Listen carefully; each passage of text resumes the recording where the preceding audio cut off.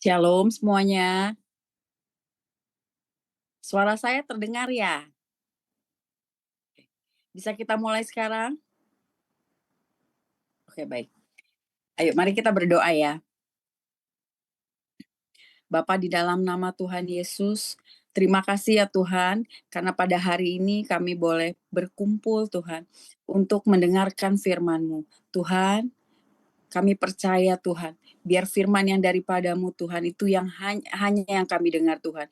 Biar Engkau urapi Tuhan setiap jemaat-Mu yang hadir pada pagi hari ini Tuhan. Buka setiap mata rohani mereka, buka telinga mereka Tuhan untuk mendengar setiap kebenaran yang daripadamu. Karena kebenaran yang daripadamu itu memerdekakan hidup mereka. Terima kasih ya Tuhan, biar malaikat-Mu Tuhan menjagai sekeliling gereja itu Tuhan. Biar setiap jiwa-jiwa yang datang itu Tuhan, mereka mengalami Tuhan kemerdekaan yang daripadamu. Mereka mengalami dipenuhi dengan Roh Kudus. Mereka mengalami hidup yang diubahkan oleh Tuhan. Terima kasih Tuhan, dan kami malaikat Engkau yang ambil alih seluruh sinyal ini dari awal hingga akhir ibadah di dalam nama Tuhan Yesus. Dan biar hanya urapan-Mu turun atas hamba-Mu ini Tuhan, biar hanya yang daripadamu Tuhan yang boleh disampaikan di tempat ini, yang bukan daripada Tuhan tidak boleh disampaikan di tempat ini. Terima kasih ya Tuhan, kami mau duduk untuk mendengarkan firman-Mu Tuhan. Engkau yang mengurapi dari awal hingga akhirnya. Di dalam nama Tuhan Yesus kami berdoa dan mengucap syukur. Amin. Suara saya terdengar jelas ya? Tapi kalian gak ada suaranya loh. Gak apa-apa? Gini Bu, Oh, oke. Mari kita mulai ya. Oke. Shalom semuanya. Nah, belum lama ini kita itu kan merayakan hari Pentakosta ya. Hari di mana para murid itu mengalami kepenuhan Roh Kudus. Nanti saudara baca sendiri itu di dalam Kisah Para Rasul 2. Banyak kita nih anak Tuhan itu, kita kenal Allah Bapa, kita mengenal anak Yesus. Tapi kita itu kurang familiar itu dengan pribadi ketiga ini, yaitu Roh Kudus. Atau kurang dibahas lah. Nah, Roh Kudus ini juga adalah pribadi. 3 menjadi satu Allah Tritunggal ya. Nah, kenapa Roh Kudus itu dikatakan pribadi?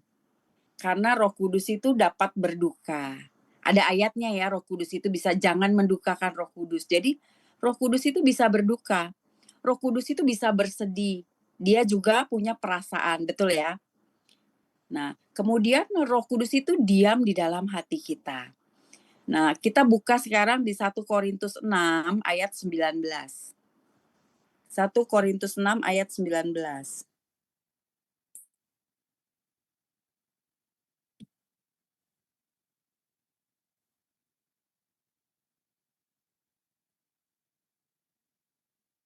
1 Korintus 6 ayat 19, saya bacakan ya. Atau tidak tahukah kamu bahwa tubuhmu itu adalah bait Roh Kudus yang diam di dalam kamu. Roh Kudus yang kamu peroleh dari Allah, dan bahwa kamu bukan milik kamu sendiri.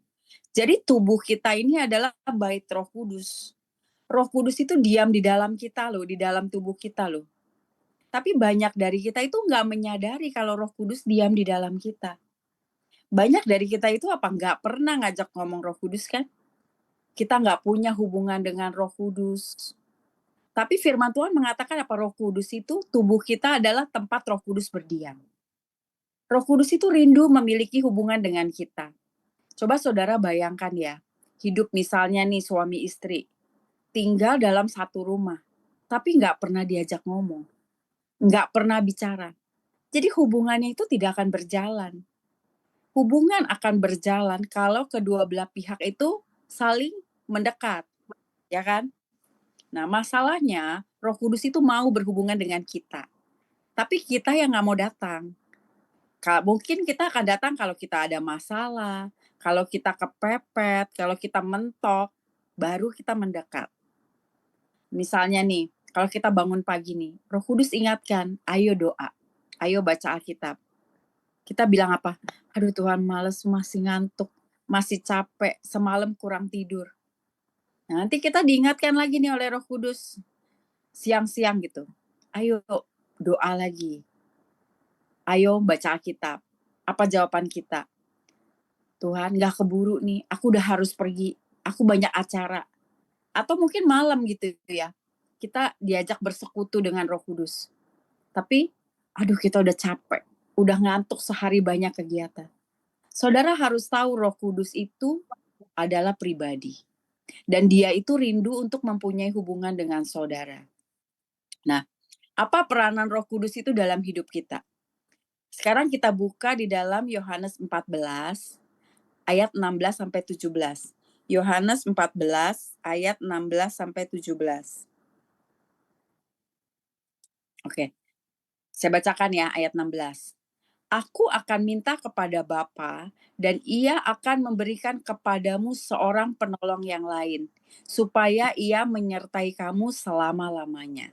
Ayat 17, yaitu roh kebenaran. Dunia tidak dapat menerima dia, sebab dunia tidak melihat dia dan tidak mengenal dia.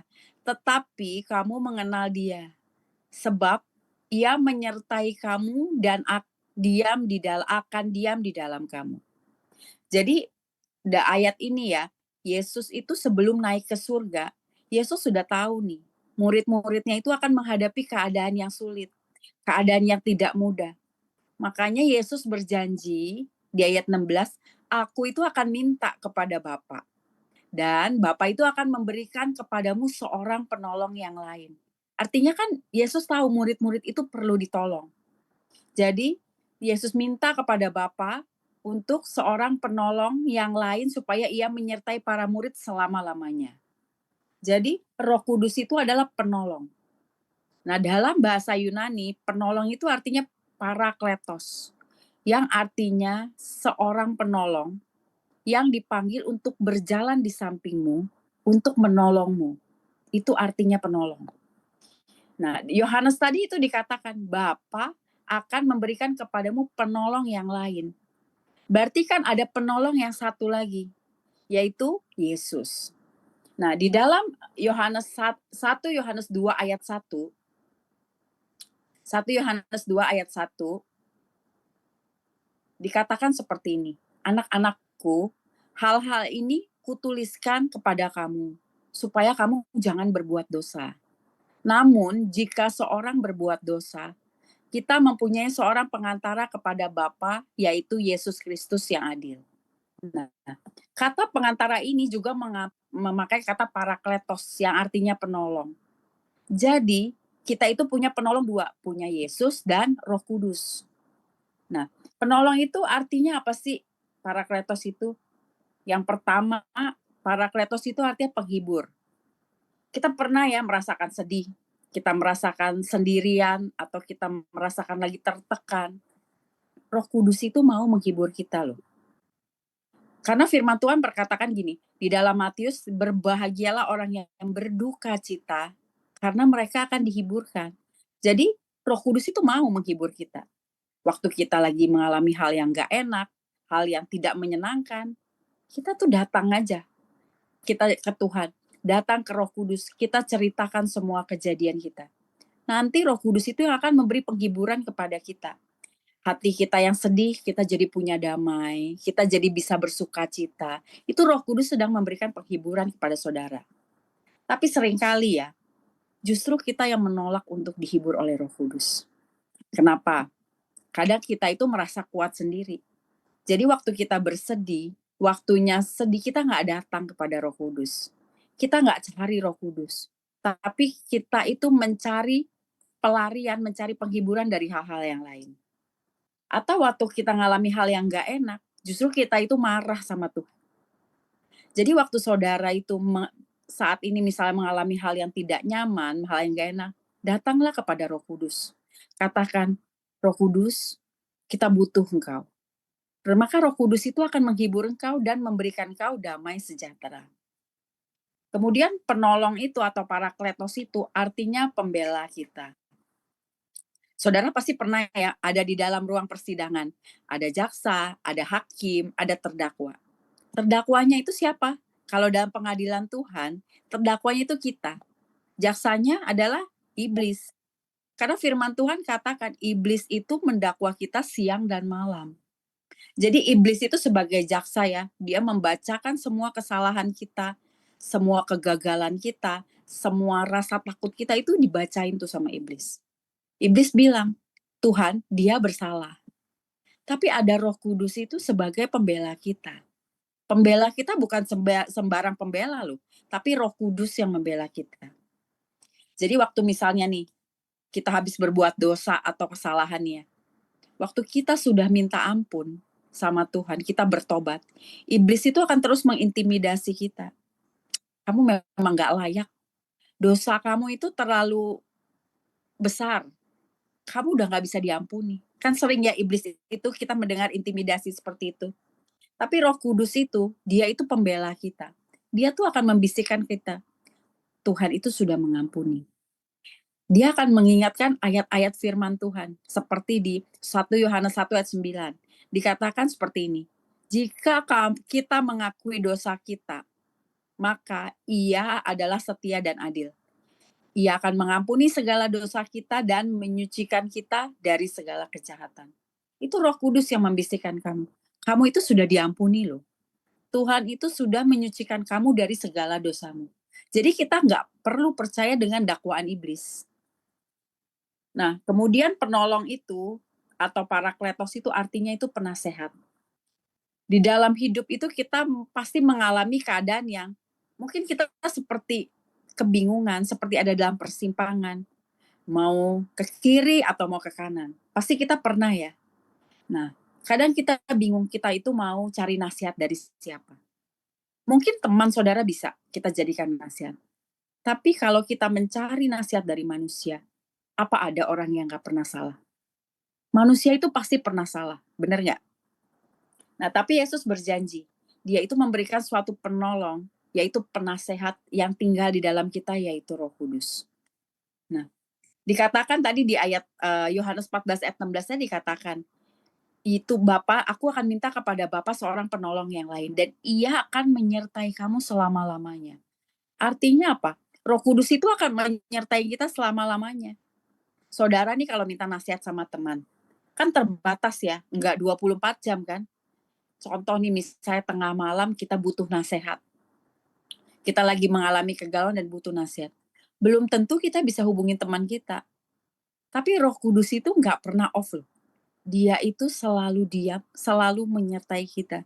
Jadi kapanpun kita minta nasihat, kita bisa datang kepada Roh Kudus. Nah, dan nasihatnya itu selalu benar. Karena Roh Kudus itu memberikan nasihat berdasarkan firman Tuhan.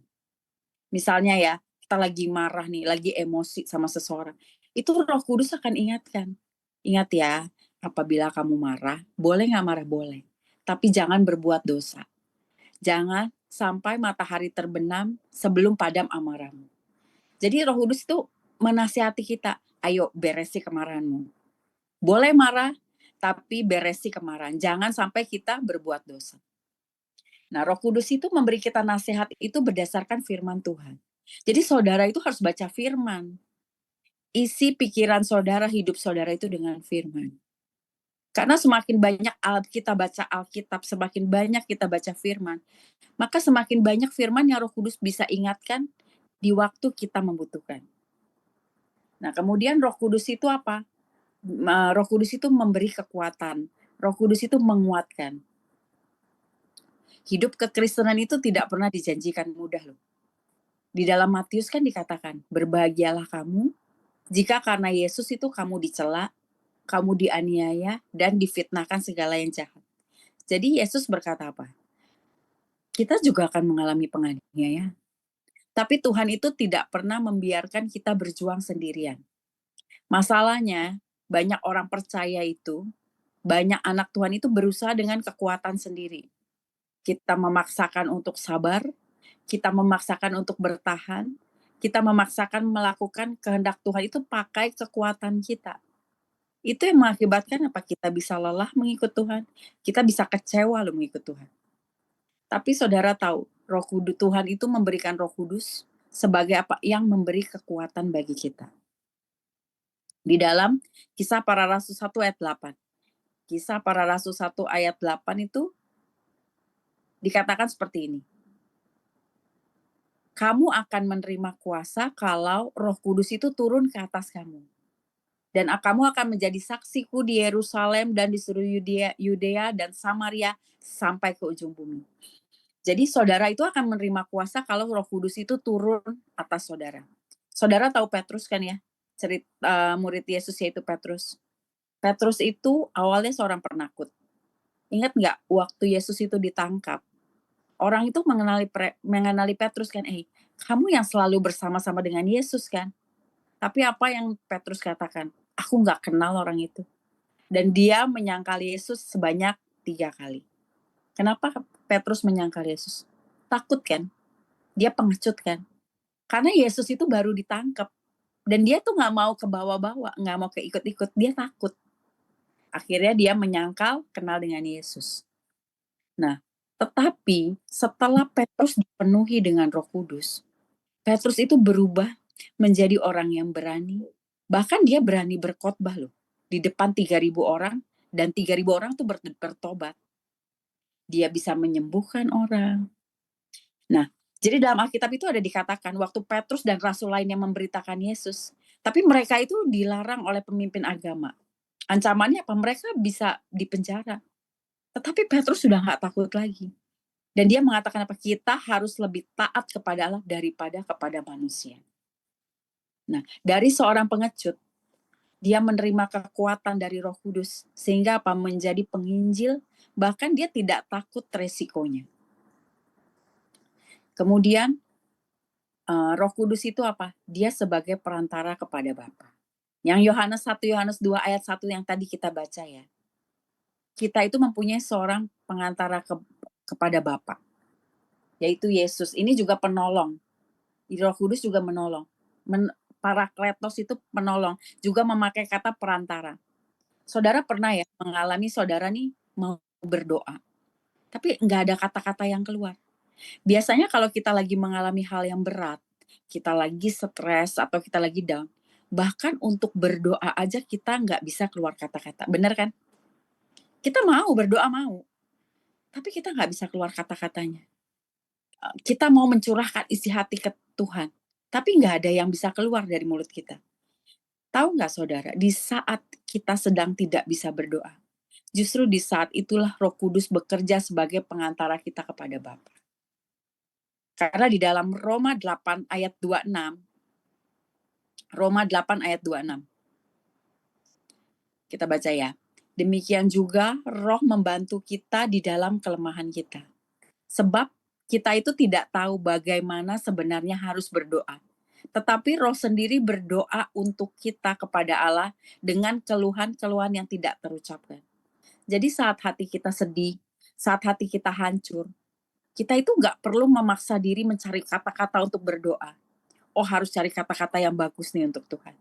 Kita cukup datang dengan hati yang hancur. Dan Roh Kudus itu yang akan membawa setiap tetes air mata kita menjadi doa yang indah di hadapan Tuhan. Atau nih misalnya ketika saudara nih merasa kering, mungkin udah lama saudara nggak berdoa, bingung mau mulai dari mana. Saudara nggak perlu khawatir, karena disitulah Roh Kudus bekerja menjadi perantara saudara. Kemudian kita buka di dalam Yohanes 16 ayat 13. Yohanes 16 ayat 13. Nah, tetapi apabila ia datang, yaitu Roh kebenaran, ia akan memimpin kamu ke dalam seluruh kebenaran. Sebab ia tidak akan berkata-kata dari dirinya sendiri. Tetapi segala sesuatu yang didengarnya itulah yang akan dikatakannya. Ia akan memberitakan kepadamu hal-hal yang akan datang. Di dalam hidup ya, setiap hari itu kita dihadapkan pada pilihan kan. Mau pilihan A atau pilihan B. Mau melakukan yang benar atau yang tidak. Masalahnya, kita itu nggak selalu bisa memilih dengan benar. Tapi kan di dalam Yohanes tadi dikatakan apa? Roh Kudus itu tidak hanya memberitahu kita mana yang benar, tapi dia memimpin kita ke dalam seluruh kebenaran. Nah, misal nih, saudara itu lagi tersesat di jalan, tersesat di hutan lah misalnya. Terus tiba-tiba ada datang pemandu yang tahu persis jalannya. Dia berjalan di depan saudara, dia tuh kasih arahan ke kiri, lurus, jangan ke kanan. Nah, karena ada pemandunya ini, maka saudara tidak akan tersesat lagi. Dan saudara itu akan bisa sampai lebih cepat. Sama dengan Roh Kudus. Dialah pemandu jalan kita. Dan jadi biarlah Roh Kudus itu berjalan di depan kita, memimpin kita. Karena dia itu akan membawa kita kepada kebenaran. Sehingga kita itu nggak berjalan sendirian. Dan kita itu nggak akan salah jalan. Kalau Roh Kudus yang memimpin kita. Jadi, mintalah Roh Kudus untuk memimpin kita setiap hari. Kemudian di Yohanes 16 tadi ayat 8. Yohanes 16 ayat 8. Firman Tuhan seperti ini. Dan kalau ia datang, ia akan menginsafkan dunia akan dosa, kebenaran, dan penghakiman. Roh Kudus itu, peranan Roh Kudus itu apa? Dia menginsafkan kita akan dosa. Ketika kita habis berbuat dosa nih, Roh Kudus itu akan menegur kita. Melalui apa? Mungkin hati kita nggak enak. Atau mungkin dari firman Tuhan. Atau mungkin ada Tuhan mengutus orang untuk menegur kita juga. Roh Kudus itu menegur melalui orang juga bisa. Tapi apa yang diinsafkan Roh Kudus itu membawa kita kepada pertobatan. Beda ya dengan iblis tadi ya. Iblis itu mengintimidasi, membuat kita merasa bersalah, sepertinya kita nggak punya harapan, sehingga kita putus asa.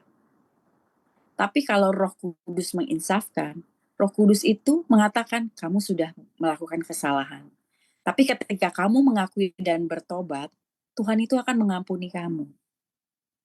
Nah, saudara ingat ya cerita tentang wanita yang kedapatan berzina di dalam Yohanes. Nanti saudara cari sendiri, dalam Yohanes itu ada cerita tentang wanita yang kedapatan berzina. Jadi para ahli Taurat dan Farisi itu membawa seorang perempuan, dia kedapatan berbuat zina. Tetapi di dalam hukum Taurat, Musa itu memerintahkan untuk melempari perempuan-perempuan yang seperti itu dengan batu. Tapi apa yang Yesus katakan? Barang siapa di antara kamu tuh yang gak pernah berdosa, biarlah ia yang pertama melemparkan batu pada perempuan itu. Tapi akhirnya apa? Mereka semua pergi dan Yesus berkata apa? Aku tidak akan menghukum kau. Pergilah dan janganlah berbuat dosa lagi. Sama seperti Roh Kudus. Waktu Roh Kudus menginsafkan kita akan dosa kita, itu akan membawa kepada pertobatan. Jadi waktu dia tidak menghakimi kita, tapi waktu Roh Kudus mengingatkan atas dosa kita, saudara itu meresponi. Nah, contohnya nih ya, misalnya ketika habis berbuat dosa nih, kita marahlah contohnya, kita nggak mau mengampuni. Itu Roh Kudus akan ingatkan, ayo mengampuni. Saudara harus meresponi, beresi hati saudara. Lepaskan pengampunan untuk orang yang menyakiti. Sehingga apa? Sehingga Tuhan itu juga akan memulihkan saudara. Tapi banyak dari kita nih, waktu Roh Kudus ingetin, ayo mengampuni. Respon kita apa? Nggak bisa Tuhan. Nggak bisa. Ini terlalu menyakitkan. Orang itu nggak pantas diampuni. Jadi waktu kita tidak mengampuni, artinya kan kita berdosa ya. Karena kan firman Tuhan mengatakan kan kita harus mengampuni. Dan kita itu tidak mau mengampuni artinya kita berdosa dan upah dosa itu adalah maut. Jadi waktu Roh Kudus menginsafkan kita akan dosa kita, cepatlah kita bertobat supaya Tuhan mengampuni dan memulihkan kita. Kemudian di dalam Efesus 1 ayat 13 dan 14. Efesus 1 ayat 13 dan 14. Saya bacakan ya. Di dalam Dia kamu juga, karena kamu telah mendengar firman kebenaran, yaitu Injil keselamatanmu. Di dalam Dia kamu juga, ketika kamu percaya, dimeteraikan dengan Roh Kudus yang dijanjikannya itu. Ayat 14. Dan Roh Kudus itu adalah jaminan bagian kita sampai kita memperoleh seluruhnya, yaitu penebusan yang menjadikan kita itu milik Allah untuk memuji kemuliaannya. Nah, dikatakan yang pertama apa? Saudara itu mendengar Injil keselamatan dan saudara percaya. Begitu saudara mendengar Injil, saudara percaya, maka Roh Kudus itu diam di dalam saudara. Dan Roh Kudus itu apa? Sebagai meterai. Jadi apa? Hidup kita bukan milik kita lagi, tapi kita adalah milik Allah. Jadi kalau dalam perjanjian ya, meterai itu kan dipakai meterai ya. Meterai dalam perjanjian itu artinya apa? Meterai itu membuat perjanjian itu sah. Jadi Roh Kudus itu sebagai meterai membuat kita sah. Kita itu sah sebagai anak Allah. Kita sah menerima jaminan kita, seluruh warisan kita, dan sah mempunyai keselamatan kita. Benar, keselamatan adalah anugerah, bukan hasil usaha kita.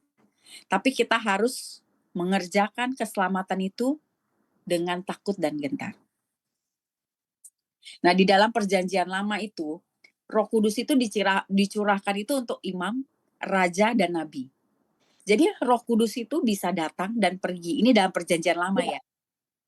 Nah, contohnya itu apa? Saul. Di dalam 1 Samuel itu dikatakan gini, Roh Tuhan berkuasa atas Saul. Sehingga Saul bernubuat bersama-sama dengan mereka dan berubah menjadi manusia lain. Jadi Roh Tuhan datang nih berkuasa atas Saul. Tetapi di ayat lainnya itu dikatakan Roh Tuhan telah mundur daripada Saul. Sehingga Saul diganggu oleh roh jahat kan? Karena Roh Tuhan telah mundur daripada Saul. Jadi di dalam perjanjian lama, Roh Kudus itu bisa datang, bisa pergi. Bahkan waktu Daud berdosa, ketika Daud berdosa dengan Batsheba ya, doanya Daud apa? Tuhan, jangan buang aku dari hadapan-Mu. Jangan ambil roh-Mu yang kudus daripadaku. Artinya apa? Roh Kudus bisa datang dan pergi dalam perjanjian lama. Nah, di dalam Yohanes 7 ayat 39 itu dikatakan, roh itu belum datang. Jadi roh itu bisa datang dan pergi. Karena apa? Karena Yesus belum dimuliakan. Artinya Yesus belum dimuliakan itu apa? Mati, bangkit, dan naik ke surga. Tetapi setelah kematian dan kebangkitan Yesus, dosa itu udah ditebus secara tuntas. Sehingga tidak ada lagi penghalang untuk Roh Kudus untuk diam secara permanen di dalam diri orang percaya. Jadi Roh Kudus itu pada waktu mendengar Injil keselamatan dan saudara percaya, Roh Kudus itu diam di dalam kita. Dia nggak datang dan pergi, tapi dia diam permanen. Karena Tuhan bilang, aku tidak akan meninggalkan kamu sebagai yatim piatu. Jadi Roh Kudus itu, ia akan menyertai kamu selama-lamanya. Jadi Roh Kudus itu akan menyertai kita selalu. Jadi saudara tahu ya Roh Kudus itu adalah pribadi, Roh Kudus punya pikiran, Roh Kudus punya perasaan, punya kehendak, bahkan Roh Kudus itu punya suara ya, karena dia adalah pribadi. Artinya, pergaulan dengan Roh Kudus itu adalah hubungan dua arah. Bukan satu arah, bukan hanya sekadar perasaan. Jadi bagaimana kita berhubungan dengan Roh Kudus? Saudara itu harus menyadari kehadiran Roh Kudus sepanjang hari. Jadi Roh Kudus gak datang dan pergi ya, tapi menyertai saudara selama-lamanya. Roh Kudus sudah diam di dalam kita. Waktu kita percaya dengan Injil keselamatan, Roh Kudus itu diam di dalam kita. Dia itu sudah ada di dalam kita. Karena tubuh kita adalah bait Roh Kudus, tempat Roh Kudus berdiam. Nah, seperti kita bergaul dengan pasangan kita, dengan orang serumah kita, kita kan tahu kehadiran mereka ya, ketika mereka ada. Begitu juga kita harus tahu kehadiran Roh Kudus. Karena dia tinggal di dalam kita ya. Kemudian saudara itu bisa berbicara dengan Roh Kudus secara langsung. Bisa saudara bisa berbahasa roh, atau bisa juga ketika nih saudara bingung mau ambil keputusan, saudara ngomong sama Roh Kudus, ajari aku. Atau ketika saudara sendirian, saudara bisa mengobrol hal apapun dengan Roh Kudus. Dan saudara minta setiap hari dipimpin oleh Roh Kudus. Nah, kita itu tidak hanya bicara kepada Roh, karena ini hubungan dua arah. Jadi apa saudara itu juga harus mendengarkan suara Roh Kudus. Bergaul itu nggak cuma bicara terus, tapi bicara dan mendengarkan. Roh Kudus bisa bicara dengan apa? Bisa bicara dengan firman Tuhan yang tiba-tiba diingatkan. Firman yang kita baca. Bisa juga Roh Kudus itu berbicara melalui khotbah atau melalui hati kita, hati nurani yang menegur kita. Misal, kita lagi gosipin orang, lagi ngomongin orang ya. Hati kita nggak enak. Nah itu artinya Roh Kudus itu sedang menegur kita. Nah, setiap pagi saudara tanya sama Roh Kudus, Roh Kudus, apa yang ingin engkau katakan padaku hari ini? Apakah kita bisa mendengar Roh Kudus? Bisa.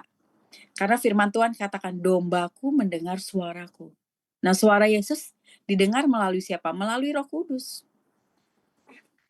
Di dalam Efesus 4 ayat 30 ini ada firman Tuhan mengatakan gini, jangan mendukakan Roh Kudus. Artinya kita bisa nggak mendukakan Roh Kudus? Bisa. Di dalam pergaulan, kita bisa punya hubungan yang baik, kita juga bisa menyakiti atau mendukakan kan. Nah, bagaimana kita mendukakan Roh Kudus? Dikatakan tubuh kita itu bait Roh Kudus. Jadi artinya tempat Roh Kudus berdiam. Roh Kudus itu ada loh di dalam tubuh kita. Jadi kalau kita memasukkan tubuh kita dengan dosa, dengan kepahitan, dengan kemarahan, dendam, iri hati, itu yang membuat Roh Kudus itu berduka. Atau ketika Roh Kudus bicara nih, kita tidak meresponi, kita menunda-nunda untuk merespon, itu juga membuat Roh Kudus itu berduka. Nah, sekarang kita buka di dalam Yohanes 20 ayat 22. Yohanes 20 ayat 22. Dan sesudah berkata demikian, Yohanes 20 ayat 22 ya, udah dapet ya? Dan sesudah berkata demikian, ia mengembusi mereka dan berkata, terimalah Roh Kudus. Jadi pada waktu ini, Yesus itu bangkit. Dan ini kebangkitan Yesus ya, cerita ini, maksudnya dalam perikop ini. Dan Yesus itu sedang menampakkan dirinya kepada murid-muridnya. Jadi kemudian apa? Murid-murid dikatakan apa? Ia mengembusi mereka, terimalah Roh Kudus. Jadi murid-murid itu sudah menerima Roh Kudus pada waktu kebangkitan. Mereka sudah terima Roh Kudus. Nah, sekarang buka di dalam Kisah Para Rasul 2 ayat 1 sampai 4. Kisah Para Rasul 2 ayat 1 sampai 4. Kisah Para Rasul 2 ayat 1 dan 4. Ayat pertama. Ketika tiba hari Pentakosta, semua orang percaya berkumpul di suatu tempat. Ayat kedua, tiba-tiba turunlah dari langit suatu bunyi seperti tiupan angin keras yang memenuhi seluruh rumah di mana mereka duduk. Ayat 3, dan tampaklah kepada mereka lidah-lidah seperti nyala api yang bertebaran dan hinggap pada mereka masing-masing. Nah, ayat keempat, maka penuhlah mereka dengan Roh Kudus. Lalu mereka mulai berkata-kata dalam bahasa-bahasa lain seperti yang diberikan oleh Roh itu kepada mereka untuk mengatakannya. Jadi, murid-murid itu menerima Roh Kudus pada waktu Yesus menampakkan diri kepada mereka, pada murid-murid ya. Tetapi pada waktu Pentakosta, mereka itu menerima kepenuhan Roh Kudus. Apa bedanya menerima Roh Kudus dan dipenuhi atau kepenuhan dengan Roh Kudus? Menerima Roh Kudus itu adalah waktu Roh Kudus itu masuk dalam hidup kita. Jadi kan waktu kita mendengar Injil keselamatan dan kita percaya, Tuhan itu memberikan Roh Kudusnya. Roh Kudusnya diam di dalam kita. Ada dalam hidup kita. Tetapi dipenuhi Roh Kudus adalah di mana Roh Kudus itu menguasai sepenuhnya hidup kita. Baik pikiran kita, perkataan kita, dan tindakan kita. Alkitab itu mengatakan seperti ini, hendaklah kamu penuh dengan Roh. Jadi banyak anak Tuhan itu sudah menerima Roh Kudus, tetapi belum dipenuhi, belum mengalami kepenuhan Roh Kudus. Kenapa? Karena dia masih memegang kendali atas hidupnya. Dia masih mau berkuasa atas hidupnya. Bukan Roh Kudus yang mengendalikan hidupnya, tapi dia yang mengendalikan. Nah, di dalam Galatia 5 ayat 16 dikatakan seperti ini, Galatia 5 ayat 16. Maksudku ialah hiduplah oleh Roh, maka kamu tidak akan menuruti keinginan daging. Jadi waktu hidup kita ini dipimpin oleh Roh Kudus, kita itu nggak menuruti keinginan daging. Maka apa akan muncul buah-buah roh yang di ayat 22 dan 23 itu. Kasih, sukacita, damai sejahtera, kesabaran, kemurahan, kebaikan, kesetiaan, kelemah lembutan, penguasaan diri. Itu buah roh yang akan muncul waktu hidup kita itu dipimpin oleh Roh Kudus. Buah roh itu bukan hasil usaha kita ya, tapi Roh Kudus yang mengerjakan di dalam kita. Tapi waktu kita hidup, menyerahkan kendali hidup kita kepada Roh Kudus. Waktu kita hidup dipenuhi dengan Roh Kudus. Nah, tapi waktu kita yang pegang kendali atas hidup kita nggak mau hidup kita pada Roh Kudus. Kita nggak mau nih dipimpin Roh Kudus. Kita mau yang memimpin diri hidup kita sendiri. kita akan melakukan menuruti keinginan daging kita. Sehingga di ayat Galatia 5 tadi ayat 19 sampai 21 itu kan dikatakan perbuatan daging. Itu akibat apa? Kita pegang kendali atas hidup kita. Kita menuruti keinginan daging kita dan bukan Roh Kudus yang memimpin kita. Dikatakan ayat 19 sampai 21 itu Galatia 5 ayat 19 sampai 21. Dikatakan apa itu perbuatan daging? Percabulan, kecemaran, hawa nafsu, semua itulah. Penyembahan berhala, roh pemecah, kepentingan diri sendiri. Di ayat 21, kedengkian, kemabukan, pesta pora, dan sebagainya. Terhadap semuanya itu kuperingatkan kamu.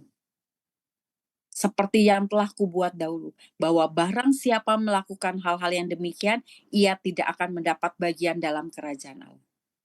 Jadi waktu saudara tidak dipenuhi Roh Kudus, saudara tetap tidak menyerahkan kendali hidup saudara kepada Roh Kudus, tidak hidup dipimpin Roh Kudus, saudara masih dihidup dengan pimpin diri saudara sendiri, maka saudara akan melakukan perbuatan daging itu.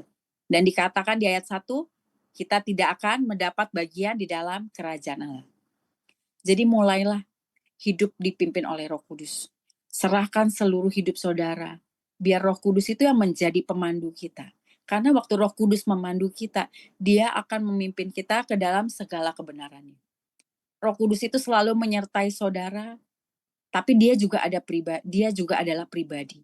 Dia itu mau punya hubungan dengan saudara. Bagaimana caranya kita berhubungan dengan Roh Kudus? Saudara sadar dulu. Saudara harus menyadari bahwa Roh Kudus itu selalu menyertai saudara.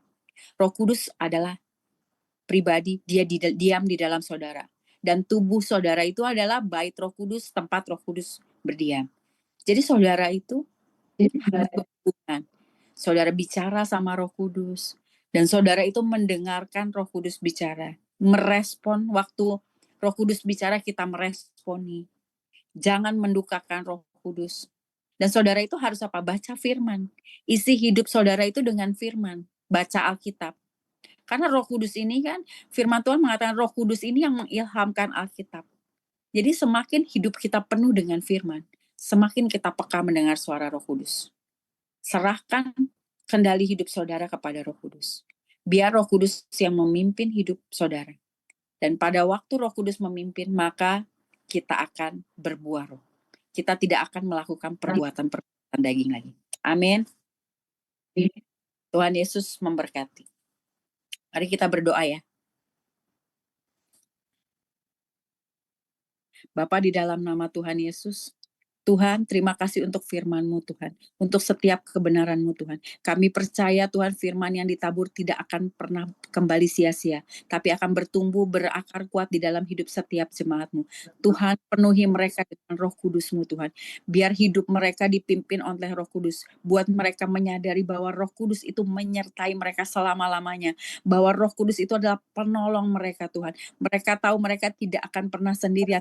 Tuhan memberikan penolong kepada mereka Tuhan. Buat mereka tahu Tuhan bahwa Engkau Tuhan Roh Kudus selalu menyertai mereka. Terima kasih ya Tuhan untuk setiap firman-Mu Tuhan. Dan kami percaya Tuhan, firman itu Tuhan yang akan memerdekakan hidup mereka. Mereka akan dipimpin dengan Roh Kudus dan hidup mereka akan menghasilkan buah-buah roh yang untuk kemuliaan nama-Mu Tuhan. Terima kasih ya Tuhan, aku berdoa Tuhan untuk setiap jemaat Tuhan. Biar semakin hari Tuhan, semakin mereka dipenuhi dengan Roh Kudus Tuhan. Biar semakin hari hidup mereka menyenangkan hati Tuhan. Terima kasih Tuhan, aku serahkan semua anak-anak-Mu ke dalam tangan-Mu Tuhan. Biar Roh Kudus Engkau yang terus beracara di dalam hidup mereka. Sekarang, mari kita berdiri, kita terima berkat. Mari jemaat saya undang bangkit berdiri, kita terima berkat.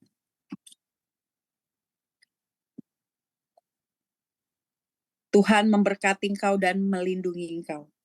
Tuhan menyinari engkau dan dengan wajahnya dan memberi engkau kasih karunia. Tuhan menghadapkan wajahnya kepada engkau dan memberi engkau damai sejahtera. Biar damai sejahtera, sukacita, penyertaan dari Tuhan dan kuasa Roh Kudus yang memenuhi hidup saudara mulai hari ini sampai selama-lamanya. Amin, amin, amin. Terima kasih. Tuhan Yesus memberkati.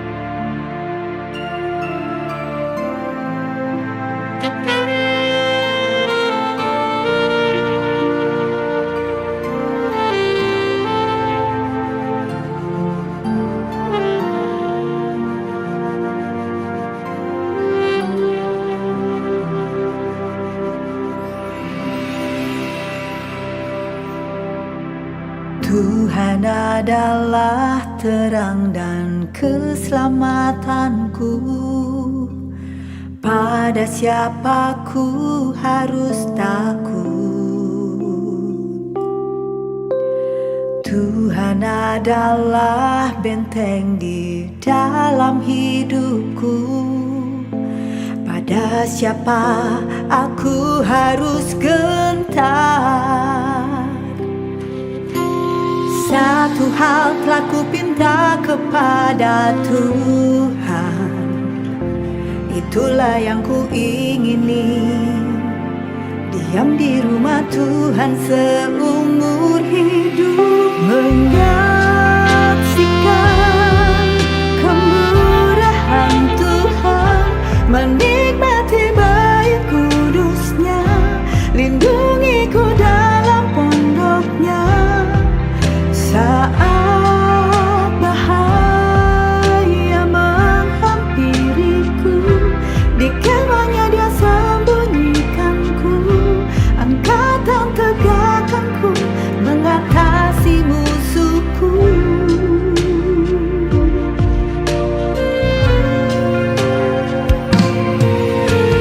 Tuhan adalah benteng di dalam hidupku. Pada siapa aku harus